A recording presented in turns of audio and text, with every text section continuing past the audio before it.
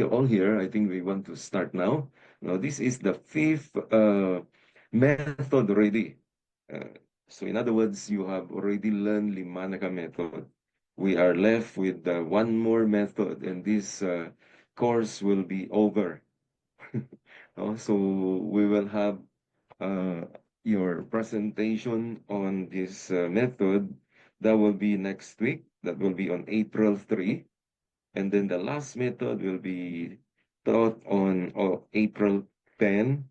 And then the final uh, method or presentation will be on April 17. But that is a Holy Week. So I was thinking of either we have to move it, no, because I think we have some retreat ongoing on April 17. So either we have to move siguro on the following week na lang. Because Holy Week, normally the churches are all very busy.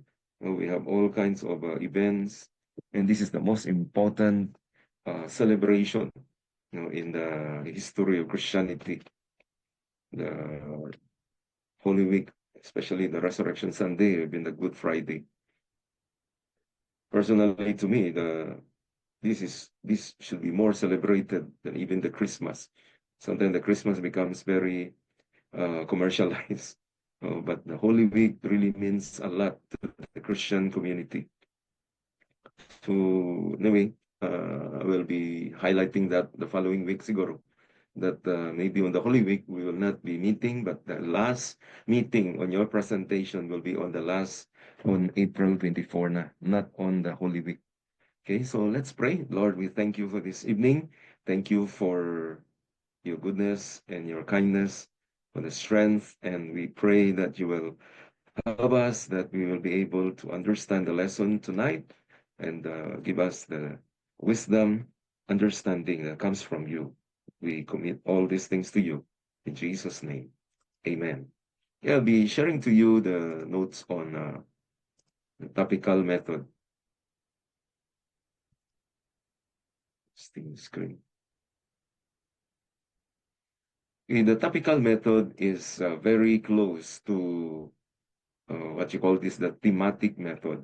Okay, but we're not going to study the thematic method, no, because when I was trying to select which method we're going to use, I would rather choose the topical compared to the thematic method. Okay, so that's why I skipped the thematic, but we'll have instead the topical method.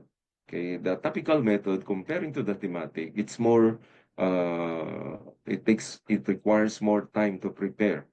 Okay. And however, it's very interesting because the Bible is full of so many different topics. No? The Bible is full of so many various topics.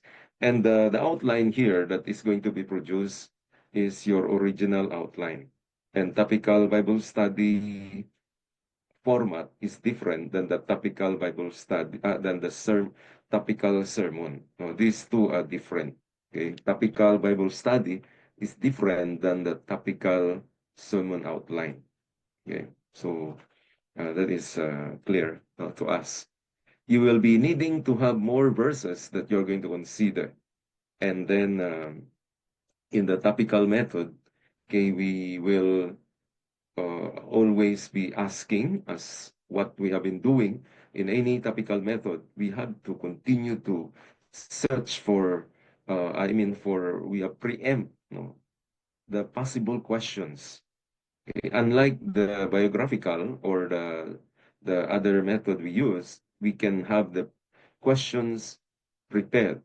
But in this topical method, no, we do not decide ahead of time what questions we want to ask, because we will have to examine first all the various verses that the Bible talks about a particular topic.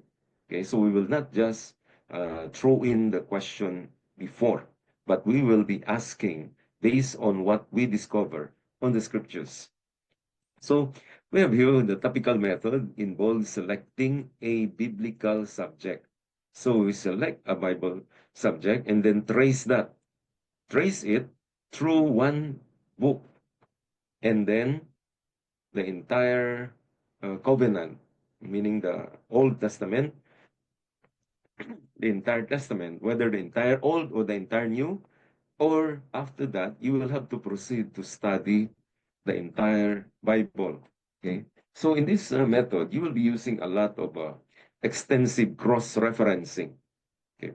The more that you're able to make an extensive cross-referencing, the more the balance will be your study. Because if you are only going to select a certain path, then you are not going to cover so many issues, so many verses mentioning about the particular topic. We may end up to have an imbalanced view or an incomplete study. So, in order to aid a Bible student in doing the topical method, you will need very good cross-referencing materials or tools. Okay, for instance, suggested here is the Thompson Chain Reference Bible. I do not know whether you're familiar with this, but the Thompson Chain Reference Bible, is a very powerful study Bible that is very helpful, especially the ending part there. I think the 1/3 of the book is all about the topical issues there. The Thompson Chain Reference Bible. I do not know whether you ever have seen that. No, I have a personal Thompson Chain Reference Bible, which I have been using since in the early years, of pastoring. Handling small group, carrying this topical Bible helps us to answer so many questions, sometimes in the small group, because it gives you, during those times, there were no cell phones, and of course, references are not very, I mean, the cell phones, sometimes it's not very accurate. Google it, some of them is not is not accurate, unlike when you have a reference book or a reference Bible that has gone through the testing. Okay, it's already proven, because they will not print something that they have not verified that. Okay, so that's a problem with sometimes Google or whatever online, which we don't even know who is the one who produced that. Okay. Like in the chat GPT, there are so many errors there.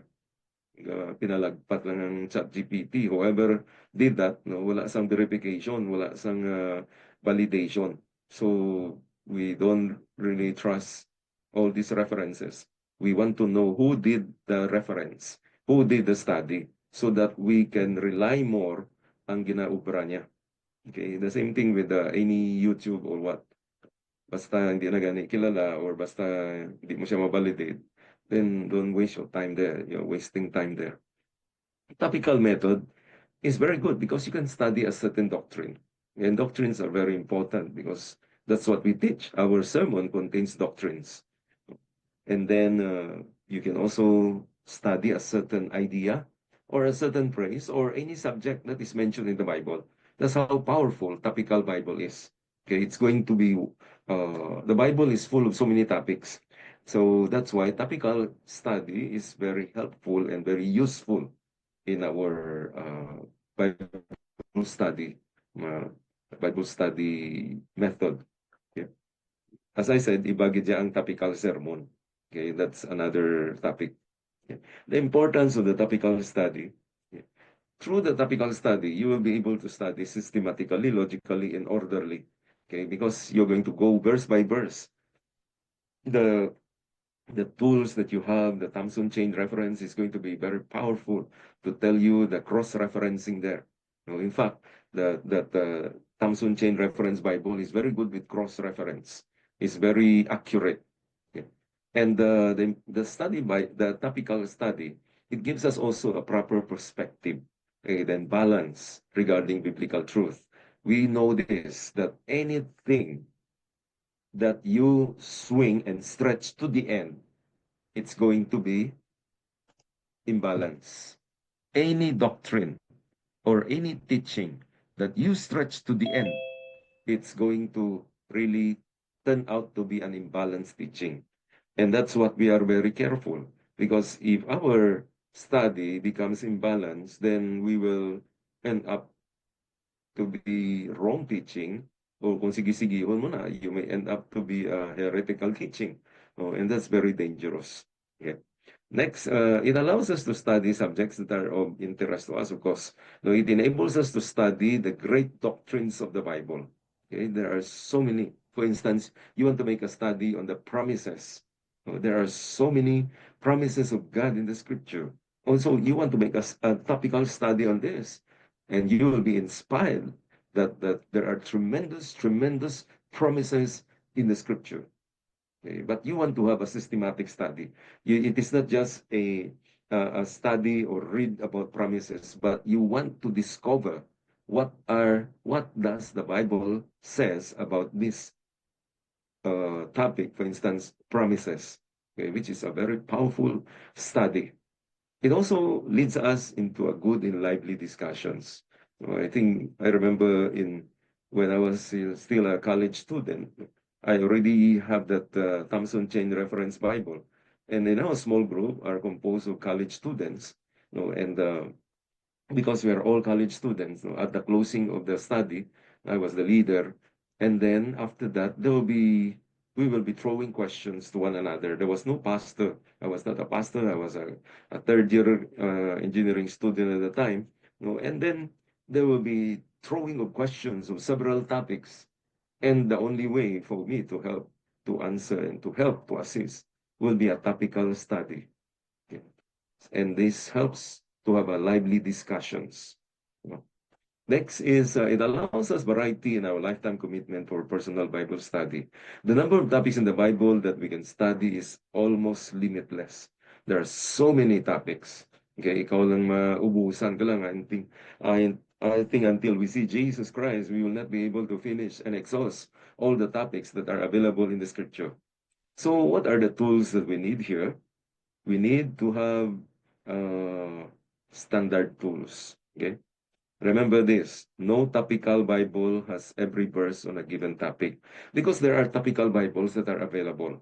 Okay. But when you depend on just one topical Bible, it may not give you all the verses. So don't depend on one topical Bible. Okay. There are many available mga topical Bible in the bookstore. Okay. If you want to do a thorough study, you need an exhaustive concordance. And then the Thompson Chain Reference will be a great help. Okay, so the tools needed will be a study Bible, and then exhaustive concordance, and then a topical Bible.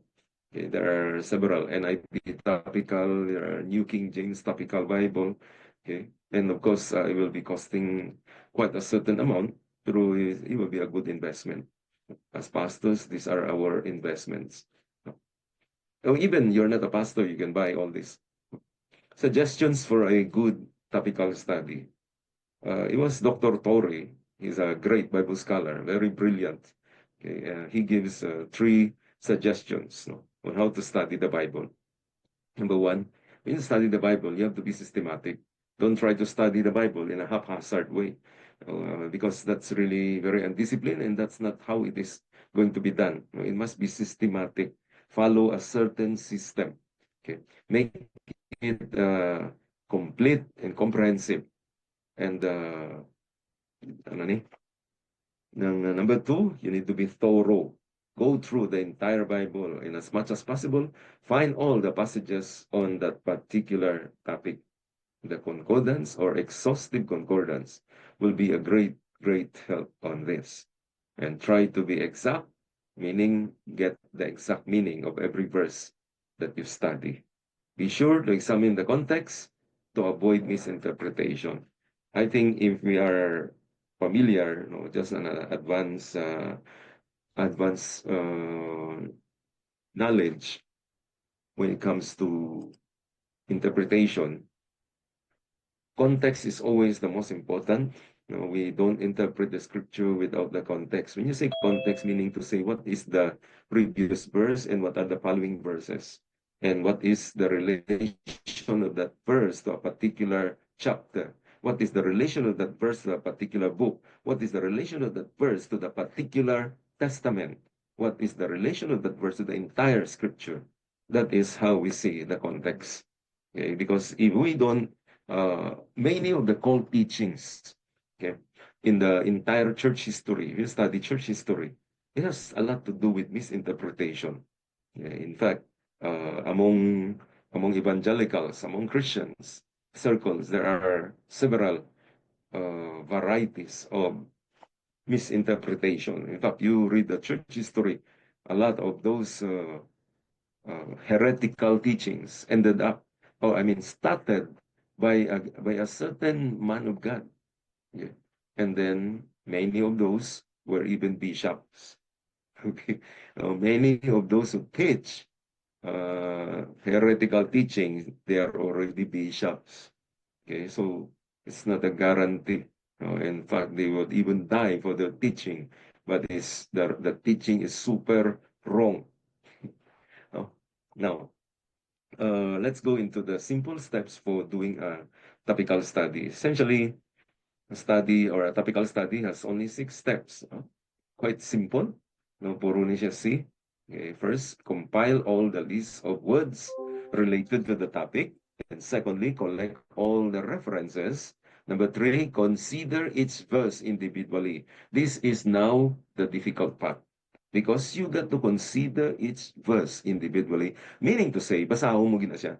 So kung 50 na kabilog na verses about that particular topic, you got to read that individually. Okay? So that's why it's advisable nga kung gaumpisa ka pa lang or first time go sa mga topical study, don't get those nga tama ka exhaustive nga halin sa Genesis hasta sa Revelation kung dumudamo ka siya. No, because otherwise you will have more than 50, you will have more, you may have 100 readings or references and that will really eat up all your time. Isa ka lang kasi mana, hindi ka nakatapos. Okay, then compare all the references with one another. Okay, whatever nakitaan mo to sa kada verses, compare that, cross-reference with one another. And then condense your finding into an outline. Meaning to say, after na tun-amo ng bilog ng kamudamo itong mga verses, then make an outline. How do you make an outline? That is how you decide for yourself. No, it must be logical. Dapat may logic siya or may proper siya nga reasoning. No, dapat may ano siya, may right man siya nga direction, no, ang outline. So wala na siyang mahatag si mo sang outline kundi ikaw lang yun. Okay, then conclusion, summarize, and also end up with a topic. So tanaw mo ni, lain siya ang iyang outline compare to a topical sermon. Topical sermons are totally different. So before starting the 6 steps, choose a topic that really interests you. I will be giving you the suggested topics afterwards, and you will be the one to do this. I mean, you will be the one to select kung anong topic ang gusto niyo. When you use this for the first time, pick a topic na hindi siya tama, kadamo-damo, no? Not too vast because it's going to be time-consuming. Okay, of course, because nagatuon ka pa lang, nag-umpisa pa lang. Pero sa sige-sige mo nga practice yun eh. No, by the way nga, ito nga methods of Bible study. No, the design is that nga after mo ni master, after matapos mo ni nga course, it is not for you to stop already because as pastors, as teachers, as small group leaders, we are always making our own notes. Our notes are original, and so you will have to be using writing your personal notes, just like the sermon that we write our original sermon. No, we don't use the chat GPT, the AI, the available outline sermon. We don't want to use that. No, we do not know who are those people. So steps in doing a topical study. First of all, compile a list of words. Okay, all the related words. And that means the synonyms and also it could also be the antonyms because that will be helpful. No, so my synonym and antonyms, no, the opposite meaning. And then get the phrases that is related to that particular topic. Or there could be an event maybe that's related to that topic. Okay, so for instance, you want to talk about covenant. Okay, that's a very profound or a very deep topic.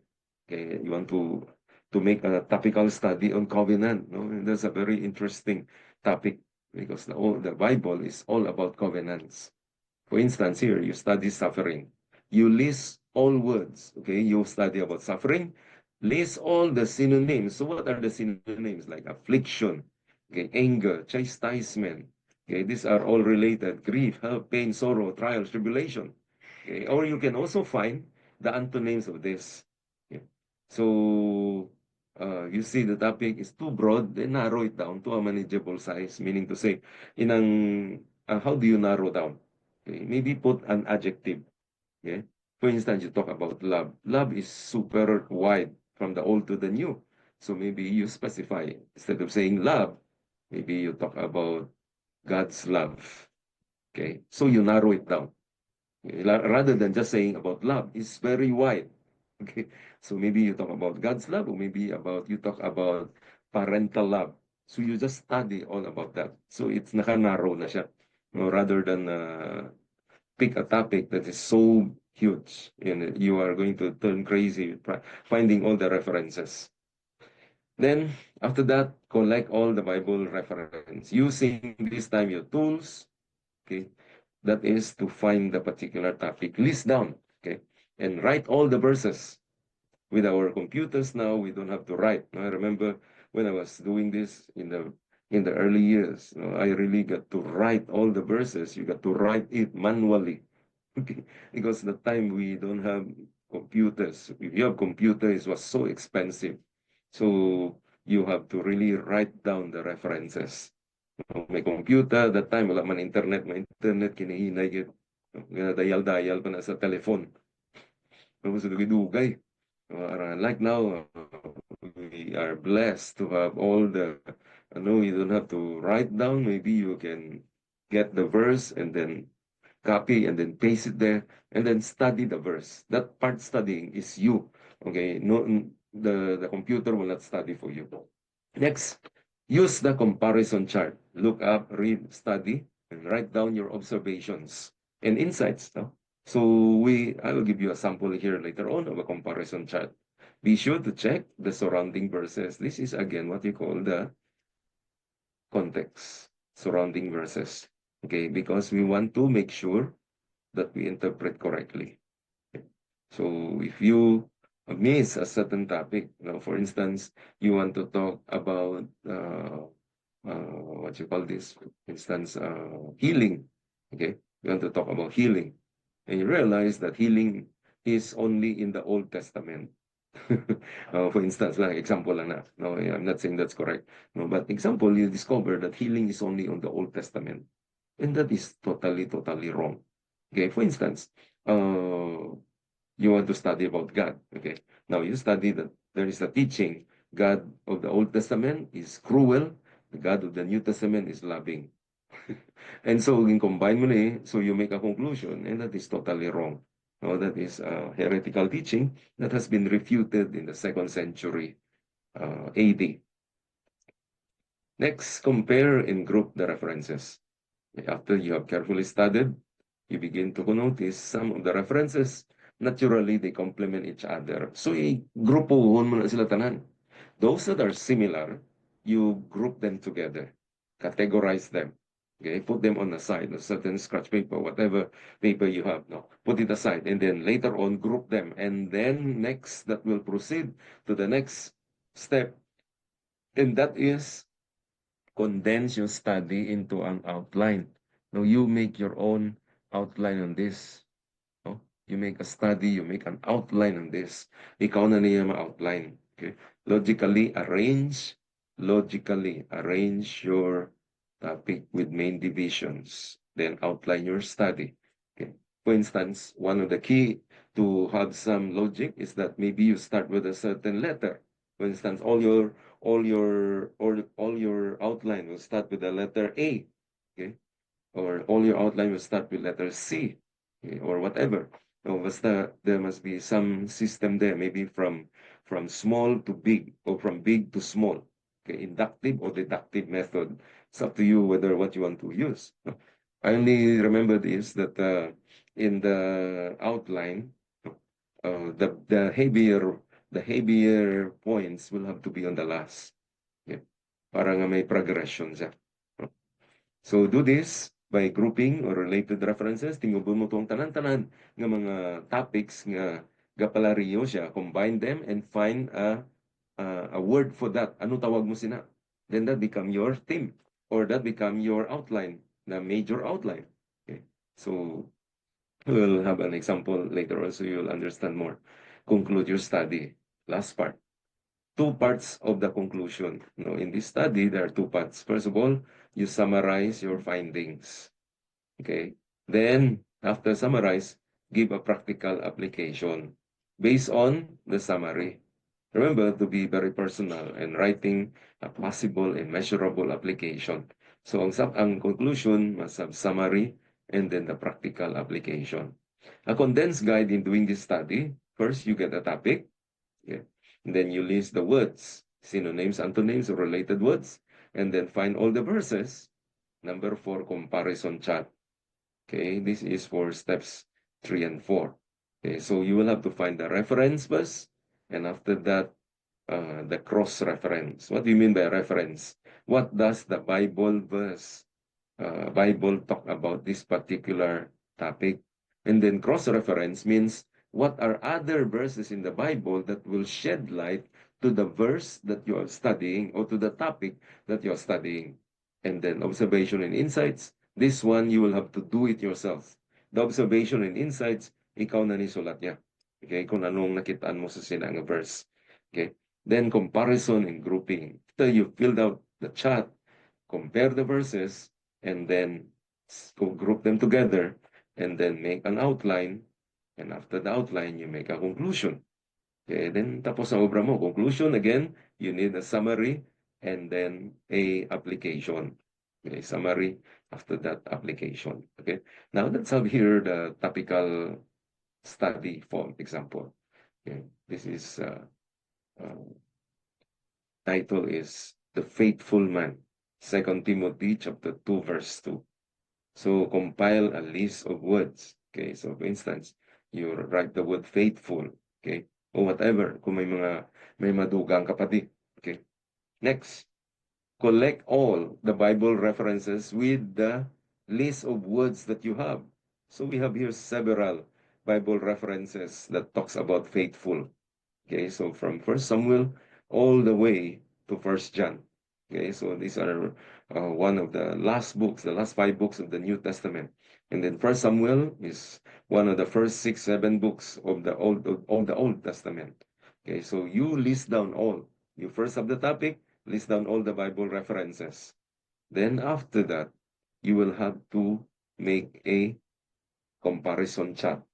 Okay, so you need a reference, cross-reference, and then observation and insights. So you read this verse. Atong tanan nga, read din mo nga verses. Oh. Tanan-tanan din nga read. Okay. You will have to write it down. Okay. All these references that you have, you write it down, and then put every verse, you write a observation. What does the verse says about what you read? Okay, so for instance here, Numbers chapter 12, verse 7, the conclusion or the observation is that Moses was called faithful by God. Okay, then the next reference, 1 Samuel chapter 2, it was prophesied that Samuel will be a faithful man.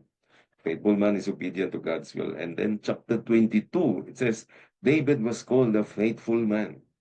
And then Nehemiah chapter 7, with a cross-reference in Matthew 24, it says, Hanani was called a faithful man. A faithful man is given leadership role. So, ang ining statement yan no, a faithful is given leadership role, it must be the cross-reference that is saying it. Nehemiah chapter 9, Abraham was considered faithful by the Lord. Nehemiah chapter 13, Nehemiah considered considered his treasurers faithful, and therefore he gave them the responsibility. Then Isaiah, it mentions that Uriah and Zechariah, they were faithful witnesses. Daniel, with cross-reference on John chapter 19, again, the cross-reference will be aided by the Thompson chain or the what you call this, concordance. Okay, the princess Daniel, based on Daniel, the Persian princess could not accuse Daniel of any wrong because he was a faithful man. Faithful man leaves a blameless testimony. Then Psalms 12, cross-reference Proverbs 20, Philippians 2, faithful people are few in number and hard to find. Okay, then we have another Proverbs chapter 20, cross-reference Philippians 2, observation. Iniya ang observation, ikaw ang nagisulat, no? So hindi mo niya pagkopyawan din verse, kundi ano ang masiling mo sa sininga verse in relation to the topic. Okay, so that's how you make the observation. So inimal din ginisi sa imo ya. No, there are not many faithful people in the world. A faithful man cares about the interests of others, while unfaithful is always bragging about himself. Okay. Next is Proverbs 28. A faithful man abounds with blessing. A faithful man has values. Matthew, this time New Testament na, ang cross-reference sa Old Testament, a faithful man is given leadership roles. Matthew 23, faithful servant will be rewarded. Luke chapter 16, this passage tells us to test a person's faithfulness. How do you test it? Luke chapter 10, chapter 16, verse 10 to 13 tells us four things. How do you test a person's faithfulness? Based on the statement of Jesus, test him in small things. Test him in non-spiritual matters. Test him in how he value what is not his. And test his commitment to God. Okay, so that's how you know how to test whether this person is going to be a faithful person. Yeah, the Bible is full of wisdom on this. And then Luke chapter 19 with cross-reference from Matthew, faithful servant is rewarded with greater responsibility. 1 Corinthians 1, it says God is faithful. Okay? So with all this nga mga reference, cross-reference, and then make observation. Okay? So, as I said, amuning mahapo na di because isahon mo ginitanan. No, you got to really read all the verses. So, the more verses you have, the more work you are going to do on the observation and insights. Okay, so you have to make your own observations. And then later on, after you make all these observations already and insights, that's where you will have to proceed with the outline. Okay, so based on the example that we have above, this is the outline about faithful that it has come out of the different references there. So number one, faithfulness is a godly quality. Okay? And then all the verses here. Number two, faithful men are hard to find. Ikaw ni mo ang outline. Number three, biblical examples of faithful men. So you master all this. Tanan ng mga tao di, sa isaw mo ni, kung ano ang anong nabalaan nila, or ano ang mga example nila nga naging faithful sila. And that's the one you write here and then explain mo na when you deliver this message. Okay? And then the New Testament, we have so many faithful people here. Okay? And then insights. No, letter C, under there is biblical examples. You write the insights. Many men called faithful in the New Testament received training from Paul. So in other words, Paul is the one that was their mentor. Okay, and he was able to produce so many faithful men. Next, insights. Paul himself was a faithful man. He was an example of those he trained. Now, what is this? Roman numeral number 3, Roman numeral number 4, characteristics of a faithful man. So from the study, from the cross-references, the writer of this outline realizes that it tells us some characteristics of a faithful man. So it doesn't have to be a characteristic ang depende sa study mo. So it doesn't have to be ng imo yung study characteristic naman. Okay? So depende na sa ano ni sa mga reference, no, kung ano ang mga nakitaan mo nga pwede mo siya mahimo nga title or keyword for your study. Okay, so this study realize a few things here. Number one, the faithful man cares for others' interests, so dapat may supporting verses. Number two, he has his values right. Okay, so he's not worried about riches. Number three, he lives a blameless testimony. Number four, iyan ni tanan nga observation and insights, gin-group lang together. He's obedient to God's will. He demonstrates wise stewardship. And then he passes on to others what he has learned. Okay. Next nga outline niya, na-discover sa sining nag-ubra, that you can have several ways to test a man's faithfulness. So, ang imong study, so it doesn't have to be the ways. Depende kung anong dalagan sang Bible verses nga ginatunan mo. No? So, anong mga ways to test a man's faithfulness? Test him in small responsibility. Test him in non-spiritual. Of course, you have to really have a supporting verses. No, hindi kaya pwede nga magpinagusto ka lang di sulat, tapos wala man gali isang verses na. No, iti we are using biblical outlining niya siya.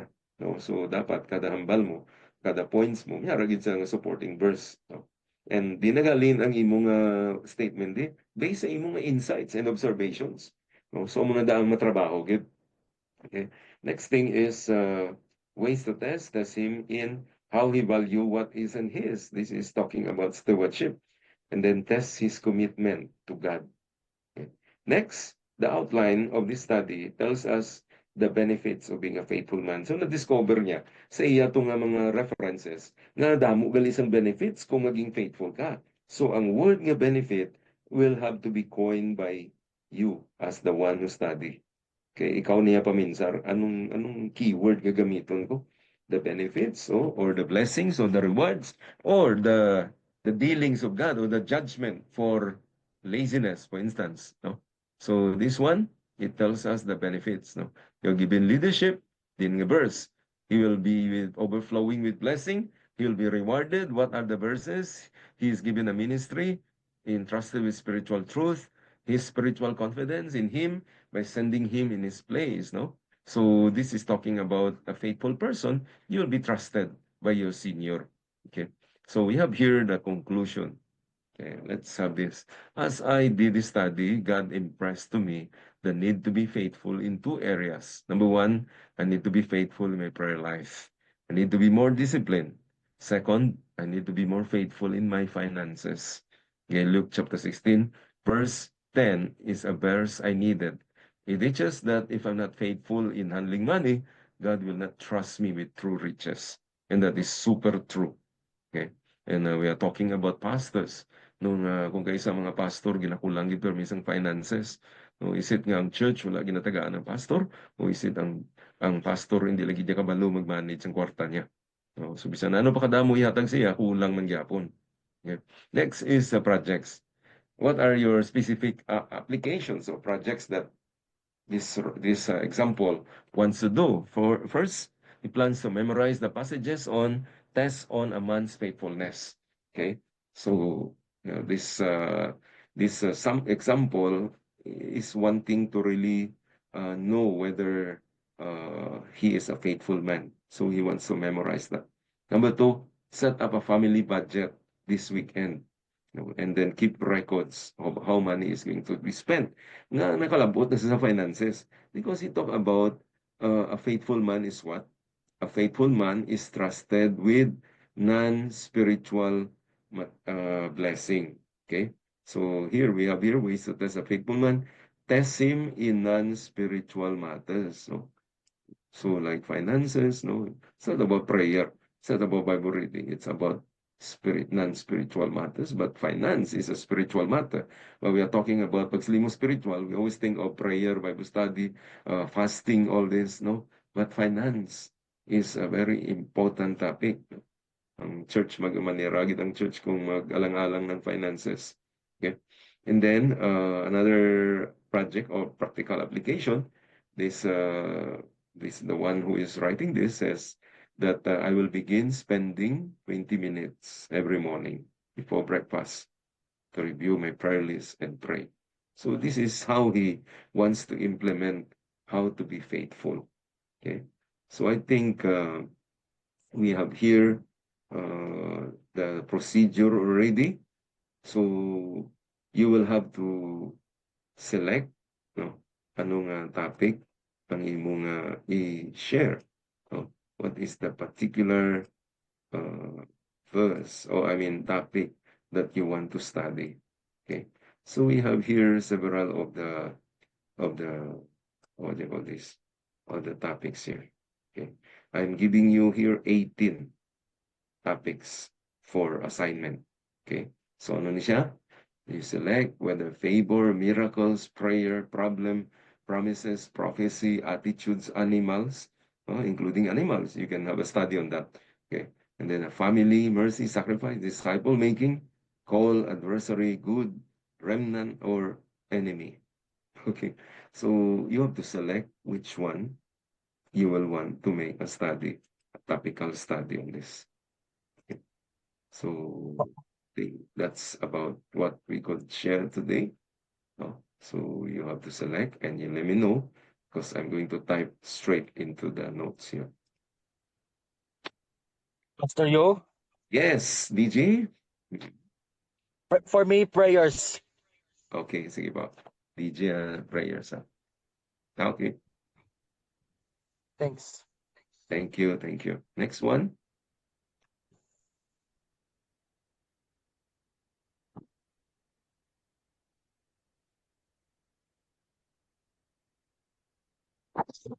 Pastor, Yes po. miracles Sino, lang ako, Pastor. sino na si Grace? Oo. Yes. Okay. Sige, Grace. Thank you, Hadassah. Mama nang imo man. Next one. Prophecy. Okay. Ano to? May ko nabatian. Wait lang, Pastor. Sige, sige po, sige po. Prophecy si mo.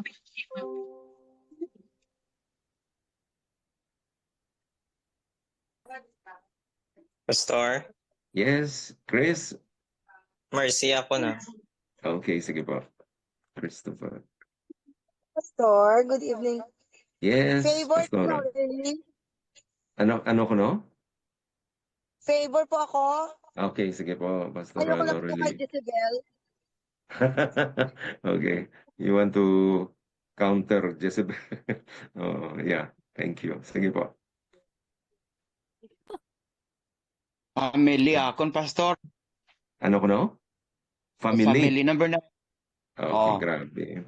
Very family man din si Pastor Guillermo, ha? Do gamay lang yung difference sina eh. Sina. Ginapili, magigiling gamay. Ko lang din medyo gamay-gamay. Okay. Bra. Okay, thank you, Pastor Gil. Pastor, Cherry Ann, Pastora, ano yun mo? sacrifice siguro, sir. Sacrifice. Di number naman, arigli yung number. Okay. Cherry Ann, oh. Okay, sige po. Pastora, sacrifice. Okay, next Mo one. na. Pastor. Oo, sino to? Sino to? Dahil lang. Mildred. Mildred, Pastora, Mildred, yes. Promise. Okay, sige po. May S pa na, promises. Promise, yes. Sige po. Thank you, thank you. Attitude mo. Pastora Lourdes, Arakada, ano yun mo? Attitude daw iya, Pastor. Kay Pastora Lourdes na, Oo, attitude daw iya. Attitude daw iya kasi hindi niya mapindot iya cellphone. your cell phone got attitude problem, ha? Wala sa kasunod. Ako na ba? Oh, oh, yeah, I think may attitude problem yung cellphone. No. Sige, thank you, Pastora Lourdes. Okay, sino pa to? Si Pastora Josie, may ginambal ka? Hindi ko mabatian. Attitude. Ha?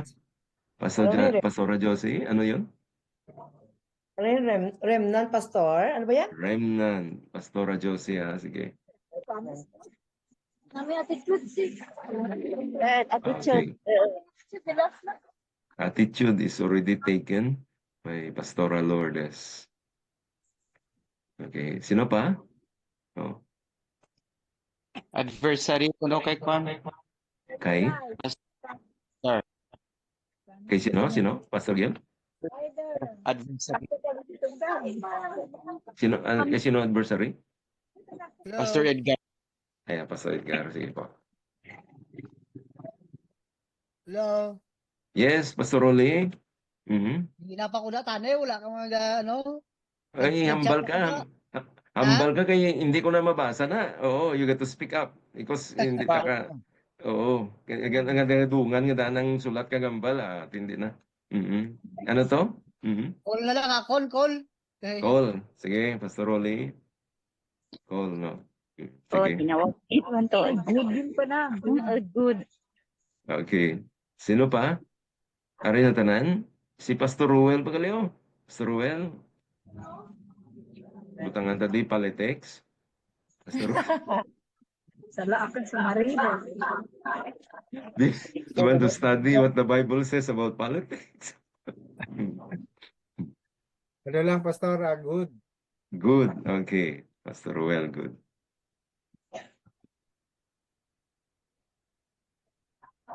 Sige pa. Thank you. Okay. I think ang enemy ka adversary do para yun eh. I remove this.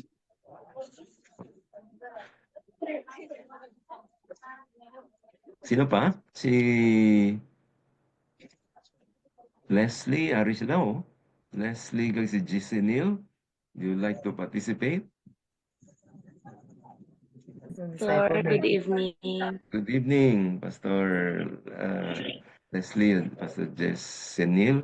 Do you want to participate? Perish lang po ako, Pastor. Ano ko no? Ano ko no? Perish po. Parish kay Leslie, no? Sige po. Okay. Then kay Pastor Yes po, Jesinil. Pastor. Pastor Jesinil, ano yan? Wala pa po siya, Pastor, pero hambalon ko lang siya. Pero mostly siguro sa ano siya, Pastor, prophecies. Okay. Pero sige, ask ko sige. lang siya. Sige, sige. So, ano pala niya? Question mark. Thank you, Okay. Pastor. Thank you, thank you. Okay, so I think all of you are here already. So next week we will have a wonderful presentation on the various topics here. Again, do not do this yahon mo sa diin mapangwaon. No, you really have to do this yourself because you defeat the purpose. No, unlike balansang una, no, when when I was in the undergrad pa lang nga Bible school, wala sa mga internet, wala sa mga ano, we only have the Bible and all our reference tools, no, concordance, study topical Bible. So we really search through those books one by one. No? Now, so it seems nga type-on mo ang prayer, ang ka Bible study outline. But the thing is that we want to follow ang aton procedure. Number 2, the point here is the exercise. No, the practice of writing, searching the text, the verses, the references. Okay, that is what we are after. No, you are able to exercise nga mo ni mag-ubra sang notes. No, kay the day comes nga wala ka sang internet. The day comes nga you only have your Bible. You know the procedure. You just need a Bible. You don't need any internet actually. You don't need any internet at all. Just you read, just have your Bible and the tools. You can already make the sermon. The Bible study notes. So ang ginalaga sa day is the exercise. No, masanay kita mag-ubra sa aton original notes. Yes. Okay, so reviewin ko lang ha. Kay ang Tabor, Pastoral Lorelei, Miracles, si Grace, ang Prayers, si DG, Promises, si Mildred, Prophecy, hopefully, confirm pa ni Jessenil, Attitudes is si Pastora Lourdes, and then the family, Pastor Guillermo, Mercy is Christopher, Sacrifice is Cherry Ann, Parish is Leslie, Call is Pastor Rolly, and then Adversary, Pastor Edgar, and then Good is Pastor Ruel.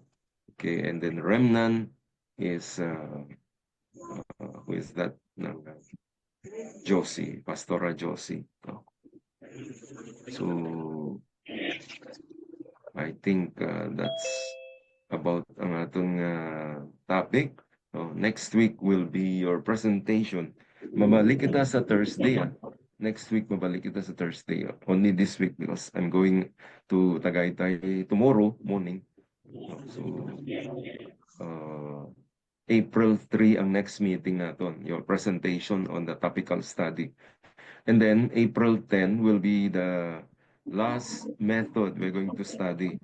We will most likely we will not have to meet on the Holy Week, no, because we are really churches are very busy during the Holy Week, no. That is the week that we are all very holy. So some of us may engage into a time of fasting. So it will not be very helpful that you'll be writing so many studies. No? So we will have our last meeting on April 24. We will skip the Holy Week